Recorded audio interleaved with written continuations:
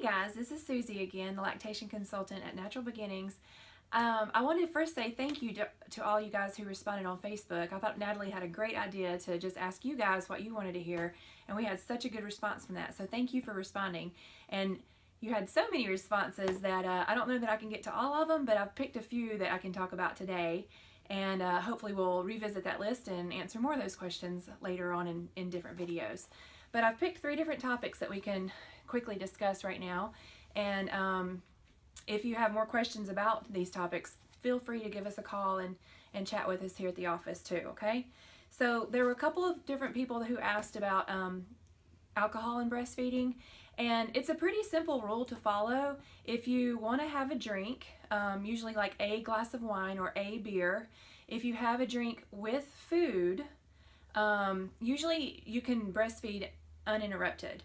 The thing about alcohol is, of course, it does get into your bloodstream, which means it will enter into your milk, so it is there, but it peaks in your milk at about 30 minutes after you consume it. So probably the worst time to go breastfeed your baby would be 30 minutes after you have a glass of wine.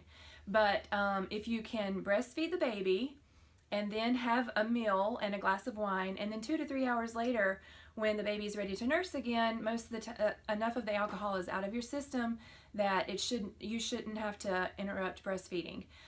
If you feel like you're not yourself, if you start to feel like you have a little bit of a buzz or a little foggy, then you probably would want to pump and dump until you're feeling like yourself again.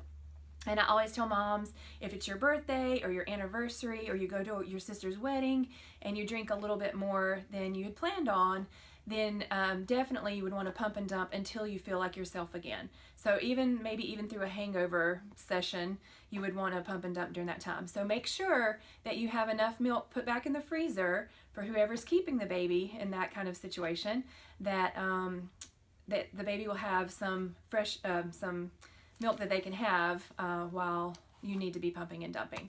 So pretty basic rule. If you have 1 glass of alcohol with a meal and then you need to nurse 2 to 3 hours later, then you can nurse uninterrupted, okay? Hope that answers that question. If you have more questions about that topic, just give us a call. I'll be happy to talk to you about it. The next topic I pulled off the list was do you always switch breasts at every feeding? And so the answer to this one's pretty simple. You want to always offer the second breast at each feeding, and it's up to the baby whether they want to take it or not. Now, of course, this is for a baby who's a healthy baby that's gaining weight well. They get to decide how much milk they want to eat. If you have a baby who's not gaining weight well, you need to be more in control of how much the baby's getting. But if the baby's gaining weight well and the milk supply is good and everything's going well, then you always offer the first breast and nurse until you feel like the breast is nice and emptied and the swallows have really slowed down and the baby's kind of getting less productive at the breast. And then I always recommend burping the baby and then offering the second side. And the baby gets to decide if they're completely finished or if they want a little bit of a dessert or if they want a whole second course. So they get to decide how much time they spend on that second breast. And if they don't take that side, then you start the next feeding with that side. So whichever, and if they do take both sides, if they start on breast A and they go to breast B, then at the next feeding you start again on breast B and go to breast A. And that's kind of how you would do that. The reason you want to make sure the baby finishes the first breast completely before going over to the second side is because of foremilk and hindmilk. You may be familiar with those terms. Foremilk is the milk that the baby will get at the beginning of the feeding. It's kind of watery, but it has a lot of vitamins and minerals in it, but not very much fat and calories. So for the baby to gain weight well, the baby will need to nurse long enough on the first breast to get the hindmilk, which has the fat and the calories and will help them gain weight, okay? So hope that's kind of a basic answer for that question, but hopefully that answered your question. And then the third topic that I picked to talk about was, this one can be a pretty involved answer, so I'm going to hit just the highlights on it. The reason I picked it is because several of you guys asked this question, but it was how to increase your milk supply. But the reason I can't get too detailed with this right now is because that's a very individual question for every mom and baby. So some moms may need to increase the milk supply by doing one thing, and another mom and baby may need to do something totally different depending on their situation. There is a kind of a general or a basic answer that I can give for you, but if these things don't feel like they're answering your question, then you would probably need to come in and see me and see so that I can evaluate what your baby and your breasts are doing at the time, and it's a little bit more of an individual question. But anyway, there are some, so if you feel like you have a low milk supply and you're trying to increase your milk supply, there are some foods that have been shown to help increase milk supply. Luckily, they're pretty normal foods. There's nothing like weird that you might not be eating anyway. So you might just want to increase these foods in your diet so that it can help increase milk supply. So one of the main ones, I'm sure you probably all have heard that you're supposed to eat oatmeal to help increase milk supply, and that is true. Whole grains are very good for milk supply. So brown rice and barley and oatmeal and anything like that, you want to try to avoid quick cook or instant, because that has been stripped of the nutrients a lot. So the more organic the product is, the better result you'll have with it, because it's more pure that way. So whole grains is a good one. Another one is dark green leafy vegetables. But parsley actually can decrease milk supply. Not that a lot of us eat a ton of parsley, but you might want to leave it off as a garnish because it can decrease milk supply. But dark green leafy vegetables do increase milk supply. So kale, spinach, collards, stuff like that. Very good for milk supply. Another one is nuts and seeds.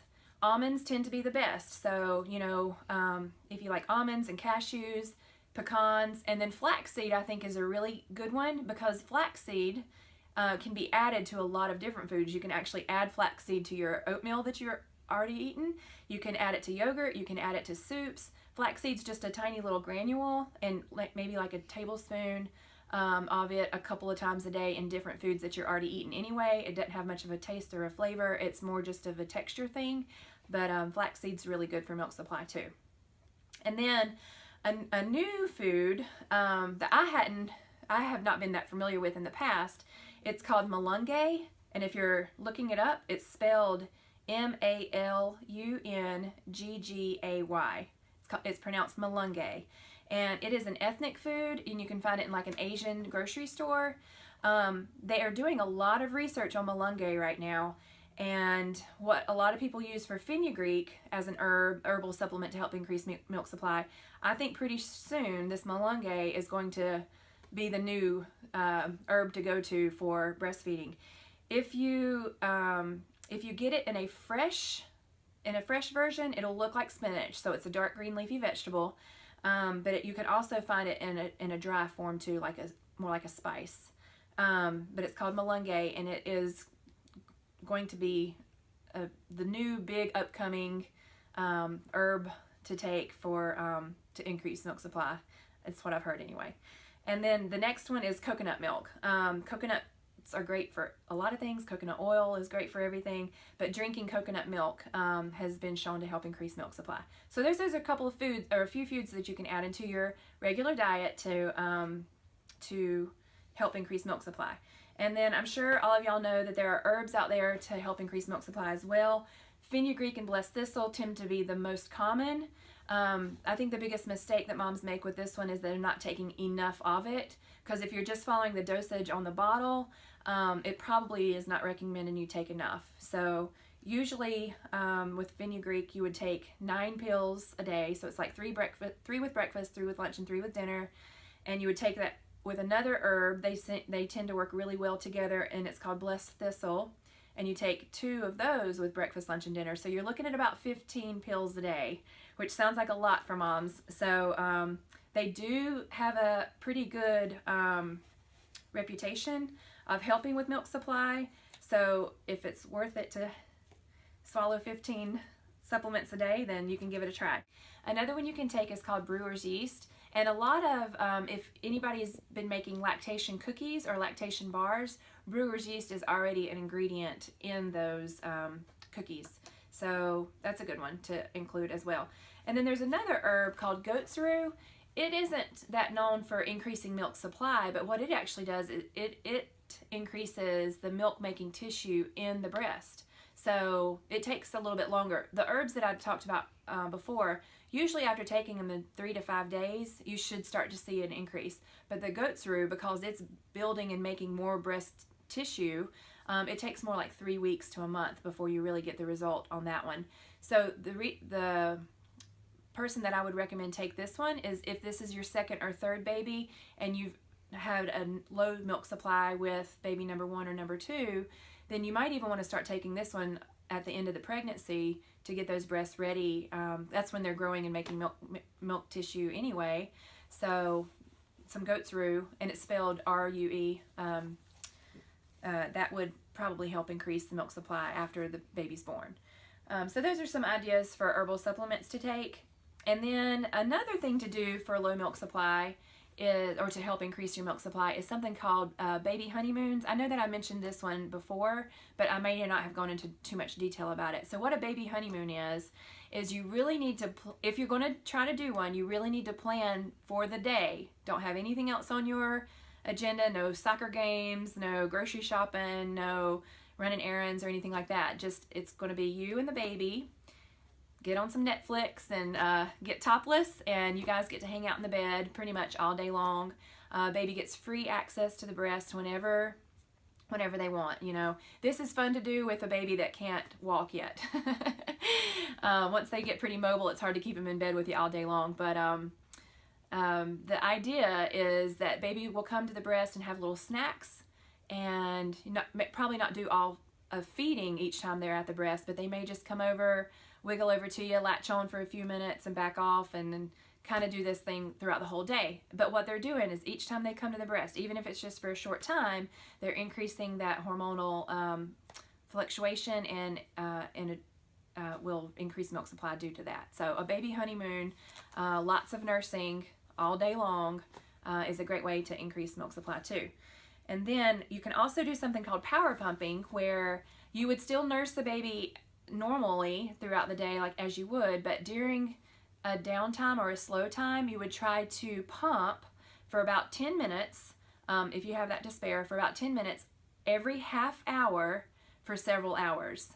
So you may not get out a lot of volume when you're doing this, but again, kind of like the baby honeymoon, that frequent stimulation and just telling your body, hey, I'm asking you to do something so frequently and so close together really does help increase milk supply. So that's called power pumping. So those are some ideas that you can try. And again, like I said, this can be pretty individual for each mom and each baby. So if you feel like the things I've talked about wouldn't really help your situation, then give me a call. Or if you've tried these things and it's still not helping, then give me a call and let me know, and we can talk one-on-one.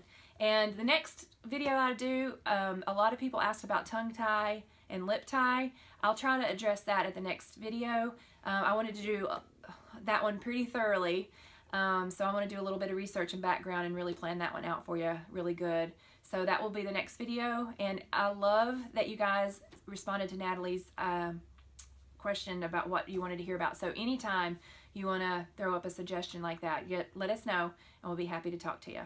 And call me if you need me. Thanks.